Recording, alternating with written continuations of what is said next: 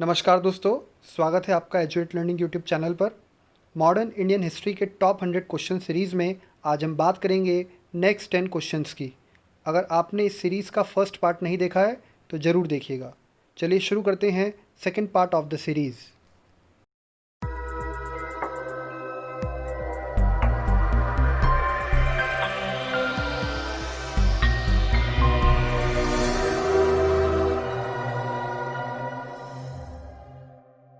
So these are the questions. Question number 11 कह रहा है, which one of the following was the emperor of India when British East India company was formed. जब British East India company का निर्माण हुआ उस वक्त भारत का शासक एम्परर कौन था, बादशाह? Option A Jahangir, B Shahjahan, C Akbar, D Aurangzeb. And the correct answer is option number C, Akbar. देखिए, ब्रिटिश ईस्ट इंडिया कंपनी जो कि फॉर्म हुई थी 1599 में and that got the charter in 1600 31st of December 1600 by Queen Elizabeth first. तो उस वक्त Britain की महारानी तो क्वीन एलिजाबेथ फर्स्ट थी और भारत में जो शासक था, बादशाह था, वो अकबर था। लेटर हम जानते हैं कि अकबर की डेथ हो जाती है 1605 में और क्वीन एलिजाबेथ की डेथ होती है 1603 में। तो हम बोल सकते हैं कि अकबर और क्वीन एलिजाबेथ फर्स्ट कंटेम्प्रेरी थे, यानी समकालीन थे। तो याद रखिएगा, इसका करेक्ट आंसर है option number C. Next question, in India among the following locations the French established their earliest factory at. Bharat में फ्रांसीसियों ने अपनी पहली फैक्ट्री कहाँ पर स्थापित की? Option A Surat, B Cochin, C Masulipatnam, D Kasim Bazar. And the correct answer is option number A, Surat.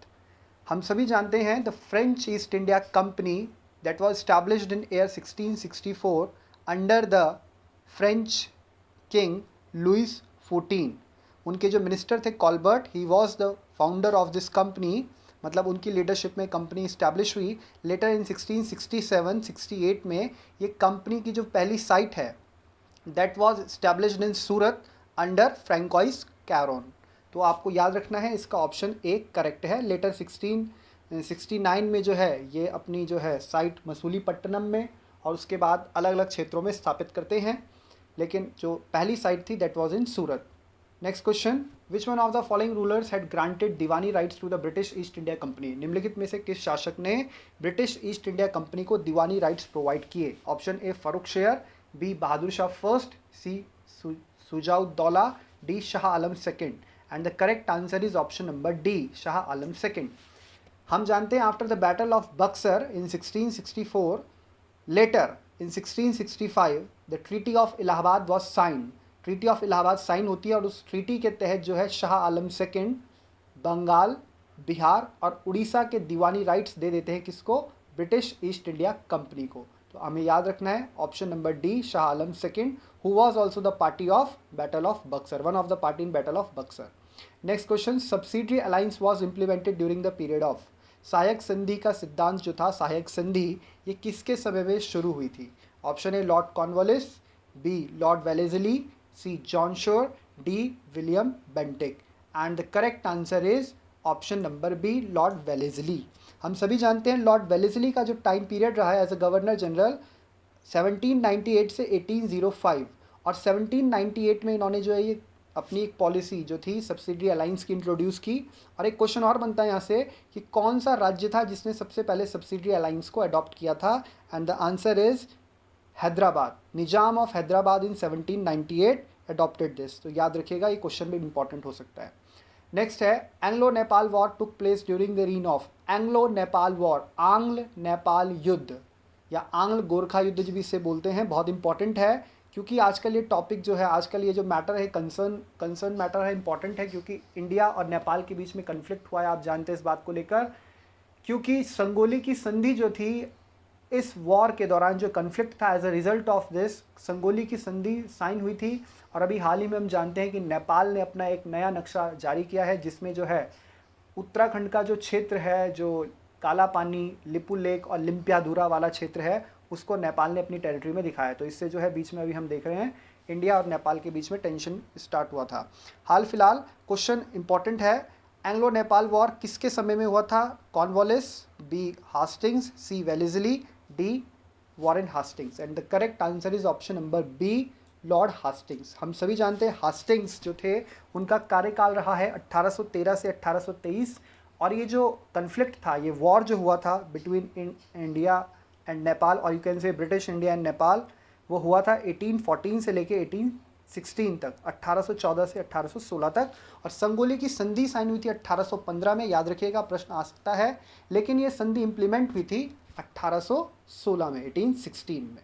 So the next question is, who gave the theory of economic drain of India during the British rule?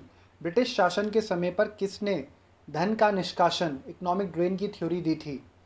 Option A M N. Roy, Manvendra Nath Roy, B Jayaprakash Narayan, C Ram Manohar Lohia, D Dada Bhai Naoroji. And the correct answer is option number D, Dada Bhai नेरोजी।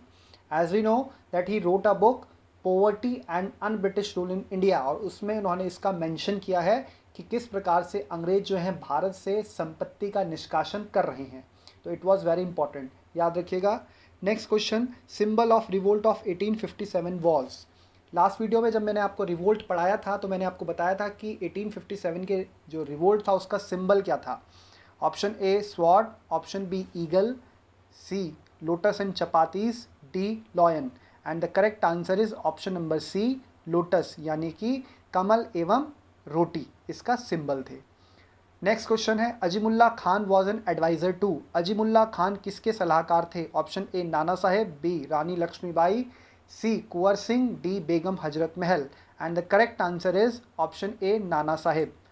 Nana Saheb के commander in chief थे तांत्या तोपे, और उनके सलाहकार थे, adviser थे अजीमुल्ला खान। बहुत important है। नेक्स्ट क्वेश्चन है, सती सिस्टम वॉज एबॉलिश्ड बाय? सती प्रथा किसके समय पे या किसके द्वारा समाप्त की गई?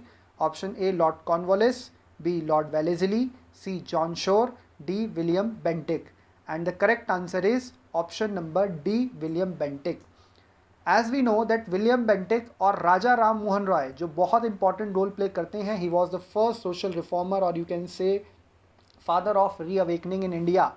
तो वो जो थे एक बहुत बड़े रिफॉर्मर थे, और उन्हीं के प्रयासों से 1829 में जब विलियम बेंटिक भारत में किस पद पर थे? गवर्नर जनरल के पद पे, गवर्नर जनरल ऑफ बंगाल के पद पे। Later he became the first governor general of India in 1833। तो चार्टर एक्ट ऑफ 1833 भी इन्हीं के समय आया था। याद रखिएगा, सती प्रथा एबॉलिश हुई थी 1829 में।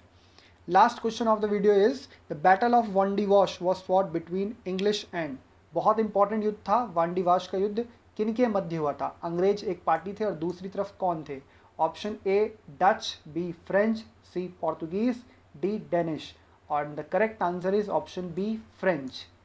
1760 में बैटल ऑफ वांडीवाश होता है। That was very decisive battle कि कौन सी यूरोपियन पावर अब इंडिया में सर्वाइव करेगी, और इसमें किसकी जीत होती है? अंग्रेज़ों की जीत होती है। तो फ्रांसीसी यहाँ पे हार जाते हैं और अंग्रेज़ों की जीत होती है।